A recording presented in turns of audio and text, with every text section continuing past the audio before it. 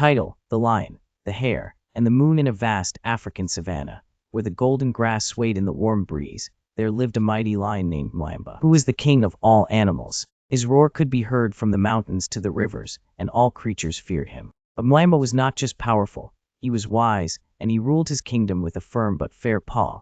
One day, as the sun dipped low in the sky, casting long shadows across the land, Mwamba decided to hold a grand feast to celebrate the harmony of the kingdom. He invited all the animals, the swift antelope, the elegant giraffe, the cunning fox, and even the tiny insects. But among all these creatures, the one who intrigued him the most was a clever little hare named Sefu. Sefu was known throughout the savannah for his quick wit and sharp mind. Although small, he often outsmarted much larger animals, earning their respect and sometimes their ire. Mwamba, curious about Sefu's cleverness, decided to test him.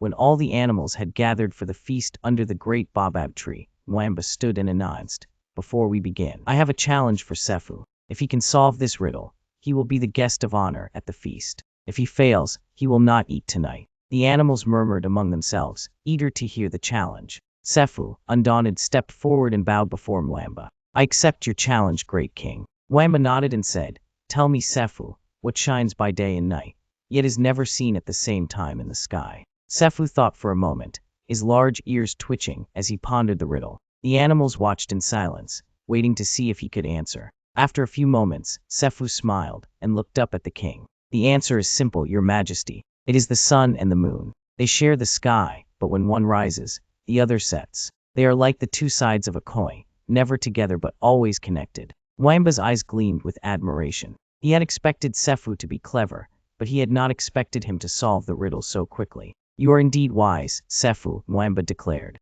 "You shall be the guest of honor at our feast." The animals cheered, and Sefu was given the place of honor next to Mwamba. As the feast began, the moon rose high in the sky, bathing the savannah in its soft silvery light. But as they ate and celebrated, Mwamba had one more question for Sefu. "Tell me, Sefu," Mwamba asked, his voice low so that only the hare could hear, "how do you, a small and humble creature, possess such wisdom?" Sefu looked at the great lion and said, "Your Majesty, wisdom does not come from size or strength. It comes from observing the world, learning from others, and thinking before acting. The sun and the moon, though they never meet, both have their place in the sky. So too must we all find our place, not by force, but by understanding." Mwamba nodded, understanding the depth of Sefu's words. From that day on, Mwamba ruled with even greater wisdom, and Sefu was forever respected by all the animals of the savannah. And so, under the watchful eyes of the sun and the moon, the savannah flourished, a testament to the power of wisdom, humility, and harmony.